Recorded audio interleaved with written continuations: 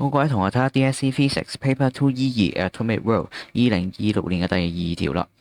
Monochromatic light 就 X is incident on metal P 啦，monochromatic Y incident on metal Q。electrons are emitted from both metals through the photoelectric effects with the same stopping potential of 一個 volt 嘅。OK，好啦，嗱，淨係睇呢度先，我哋就見到而家係專知係有隻 X 光嚇，有隻叫做 X 光嘅射落去 metal P 啦。OK，跟住有隻叫 Y 嘅光射落去 metal Q 啦。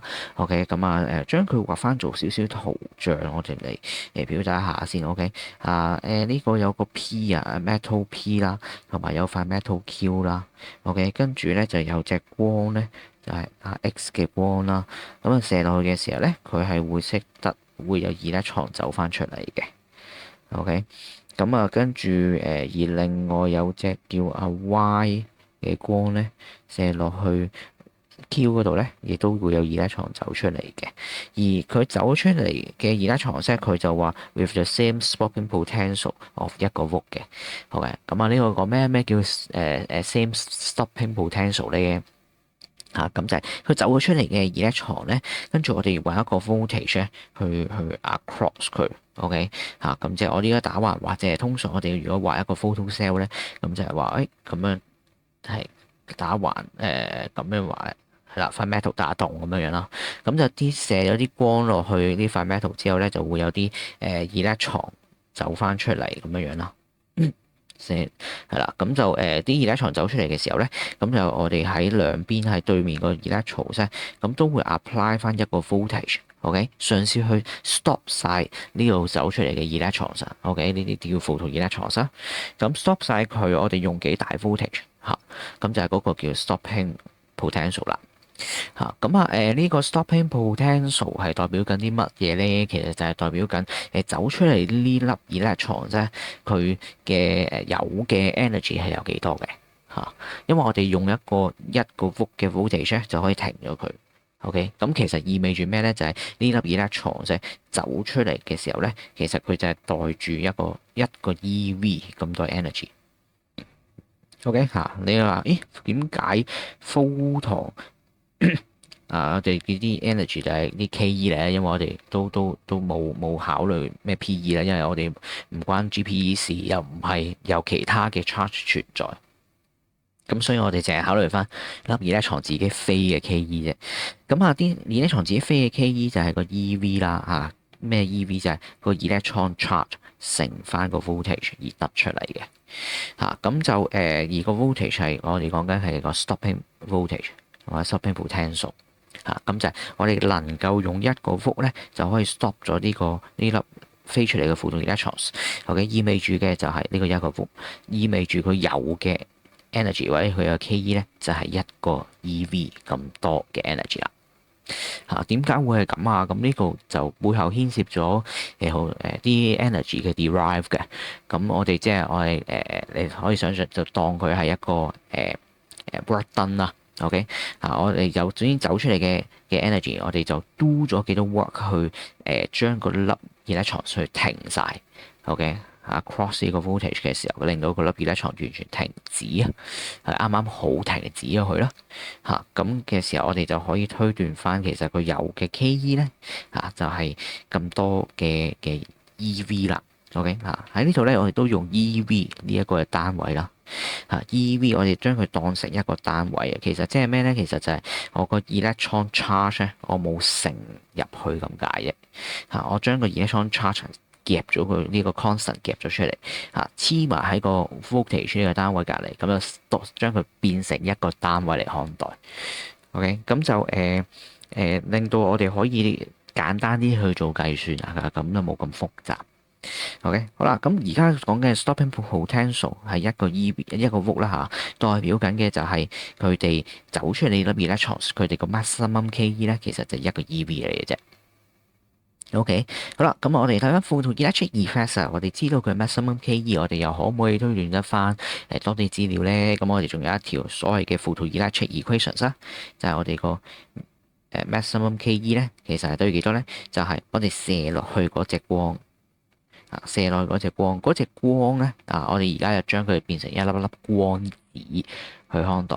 咁啊，光子嘅 energy 啦，呢個 HF，OK 就係 photon 嘅 energy 啊，OK 射落去啲光啊，當做係一粒粒子，咁嗰啲粒子袋住幾多 energy 咧？每一粒粒子就係袋住緊 HF 咁多 energy，OK 跟住射落去呢份 metal 嘅時候啦，有每一粒 electron 淨係會 absorb 一粒嘅 photon 啦，淨係會食咗一粒嘅光子嚇，跟住咧佢又唔係即刻走咗出嚟嘅，佢一定要咩咧？佢一定要跨過到佢呢個門檻嘅，OK 有部分 energy 咧係愛嚟咩咧？係愛嚟走佬嘅嚇，我哋就係逃獄嘅，OK 我就呢個係一個逃獄嘅故事。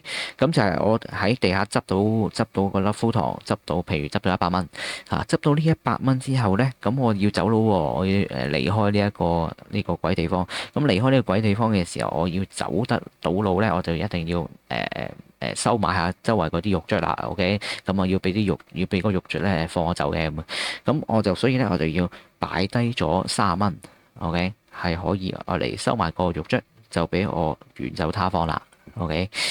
咁所以啦，呢個HF 咧就係佢食咗個粒光子嗰粒 photon 嘅 energy， 就要減走翻咧呢個就係叫做個 phi， 叫做佢個 work function。呢個 work function 咧就係講緊呢一塊 metal surface 咧，佢最 minimum 我要走得甩所花費嘅 energy 係幾多 ？OK， 呢個講緊最 minimum 要走得甩所花費嘅 energy， 咁所以最後得到出嚟，我剩低咗可以走佬嘅買路錢嗰啲走佬水腳，咁咪就係70蚊，咁個70蚊咪就係佢嘅 maximum KE，佢最多最大可以有嘅水腳啦。OK， 咁呢個就係 photoelectric equation。OK， 好啦，咁有呢條式同埋有呢一個EV 嘅關係，又有啲咩用咧？呢啲問題，我哋可以見到嘅就係X 呢隻光射落去 P 嘅時候，咁佢走得到路啦。意思即係話呢隻光咧有足夠 energy 俾嗰啲嘅 photoelectrons 咧係 escape from 呢個 metal surface 嘅，係能夠走得到路嘅。射落嚟嗰個光，頭先講啦，100蚊，我走佬只係需要30蚊。嘅收買費啫，咁就我就可以走得到路，仲有70蚊值嚇。咁但係唔係喎，原來我喺地下執到嗰啲嚇，地下執到嗰啲唔係100蚊嘅，地下執到嗰個作張20蚊嚟嘅啫。我嘅撞鬼你20蚊，咁我走佬我要30蚊先收買到啲肉質喎。咁我咪走唔得啦咯，係咪走唔到路咯？OK，咁而家嘅問題就係我照落去呢隻 X 嘅光咧，OK 咁我唔寫 HF， 我就咁寫翻 E 啦，energy 呢隻光咧，OK，我減走咗P 呢一塊 metal 嘅 work function 咧，我就話俾你聽，佢就剩低咗一個 EV 嘅。OK，呢句 equation 咧，其實就係講緊呢一塊 metal plate 發生緊嘅事啦。OK， 好啦，咁而第二塊Y 嗰塊 metal plate 咧，原來都係發生緊差唔多嘅事。OK，咁Y 嗰塊咧擺上邊啦。Y 嗰塊咧係點咧？Y 嗰塊咧就會係用Y 嗰隻光啦，另第二隻光嚟噶嘛，嗰隻光嘅 energy 嗰粒光子 energy 減走咗係Q 呢塊 metal 嘅work function。OK， 要走佬嘅錢。就會剩低一個 EV 可以俾佢走佬嘅。OK，咁故事就係咁樣樣。咁跟住啦，我哋淨係睇咗上半橛，下半橛咧。However, when light X incident or metal Q 嘅時候 ，no electrons are emitted。no electrons are emitted 咩意思啊？即係頭先所講啦。喂，我照落去，佢得20蚊嘅撞鬼嚟，但係我走佬要30蚊。咁我咪唔夠錢去走佬啦，OK，我唔夠錢收埋啲肉質啦，咁所以我就走唔到佬，我就冇electron走出嚟啦，OK 所以啦，喂，咁咪即係話佢呢一個 X 嘅光照落去 Q 嘅時候唔夠錢走佬，咩意思咧？其實簡單嚟講，就係 X 嘅光佢咪就係會大唔夠，即係應該Q phi Q。佢需要嘅 energy 咪應該係大過或者等於 EX 咯。OK，咁即係我30蚊賺減晒都冇晒錢啦，我就走唔到路噶嘛，係咪先？OK，好啦，咁所以可以因應咁樣嘅諗法啦，咁我哋嘗試推斷一下咯喎。OK，因為跟住佢就話Y 呢隻光照落去 P 嘅時候，Y 隻光照落去 P 嘅時候，咁佢又會點咧？我嘅會浸咗走佬，走到路都好啦，走佬出嚟，究竟佢有幾多水腳可以走咧？咁我哋要點樣推斷啦？好啦，咁所以啦，我哋嘗試俾少少嘅數字去容易啲理解啦。譬如X 嘅光，X 嘅光，OK，佢係袋住係4個 EV 咁多 energy，OK，咁佢要成功走到路咧，佢就要高過佢個 work function，跟住最後佢有咩？佢最後係1咁多 EV 嘅 energy 走路咁所以啦，我哋可以倒翻轉推，即係話如果X 呢隻光係4嘅 energy，咁即係佢個 work function P 就應該係3啦，係嘛？4減3先1個 EV 啊嘛。OK，咁呢個就係P X 照落P 嘅時候發生嘅事。OK，咁Y 照落 Q 咧唔知喎，咁但係我哋起碼知道係咩咧？如果X 照落Q 嘅時候啦，OK，嗱呢個3咧其實係P 嗰陣時嘅 work function。OK，咁呢個係 X 嘅光。OK， 好啦，跟住我用翻 X 嘅光照落去Q 度嘅時候咧，佢今次走唔到咯喎。OK， 走唔到喎。咁即係話Q 佢嗰個嘅 work function 係幾多咧？我唔知幾多㗎，但係我好肯定佢係咩咧？好肯定佢係起碼係4咯，係嘛？minimum 一定係4。minimum 4嘅時候我就走唔得甩啦，係嘛？因為我淨係啱啱好夠錢俾肉捽啫喎。OK，咁但係收埋完之後我都冇晒錢啦，都冇水腳走佬啦。OK，咁所以我 minimum 我Q 呢一個嘅work function 應該起碼係4。係嘛？Q 起埋4，咁佢先至會冇晒 energy，佢就走唔甩啦。OK， 好啦，咁所以啦，如果Q 係4，OK， 咁Y 咧energy Y 咧用下呢隻綠色啦。Y 咧嘅 energy 應該要幾多？OK， 咁佢先至可以走得甩，而最後佢走出嚟係會有咩啊？有1嘅 EV 嘅 energy 咪即係5咯。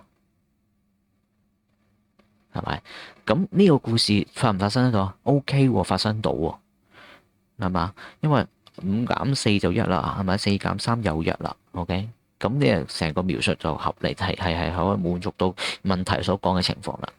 OK，咁所以啦，跟住嘅就係咩啊？Y 嘅光，佢哋話 Y 嘅光射落去P 會點啊？Y 射落去 P，即係今次係5嘅 energy， 5個 EV 射落去 P 嘅時候，佢要扣減3個 EV。OK，咁即係5減3，咁會得到嘅係2個 EV 咯。OK，咁所以走到出嚟Y 照落去P 嘅時候，佢走到出嚟啦，會有electron走出嚟嘅，舊 energy 走出嚟之後咧，就會有2個 EV 袋住嘅 energy 走啦。OK，咁所以即係2個 EV 即係咩啊？即係我需要用一個 stopping potential 2個 volt。2個 V 嘅 stopping potential， 我先至可以停得西晒所有嘅 free electrons， 咁我就可以停晒佢。OK， 咁所以呢個2個 EV 就係起碼會發生嘅事啦。OK， 但係可以多過2個 EV 嘅，其實點解？因為呢度啦，翻呢個故事4個 EV X 嘅光。OK， 咁Q 要幾多話？頭先話起碼4啊嘛。咁可唔可以唔係4我可唔可以係5 6 7都得噶喎。你話咦，我係5我係5嘅話，咁會點啊？4減5減唔到，呢個唔係0嚟冇理呢條式。咁如果Q 嗰個 work function 係5嘅話，OK，咁照落去Y 咧，Y 就唔可能係5咯，Y 係要係6噶咯喎。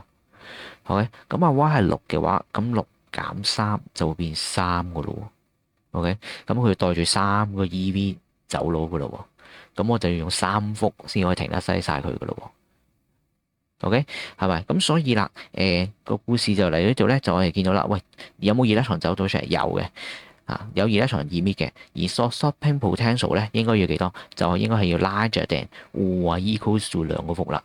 佢起碼都有2個伏。OK， 或者會大過2個伏。OK，咁所以答案咧就係度啦。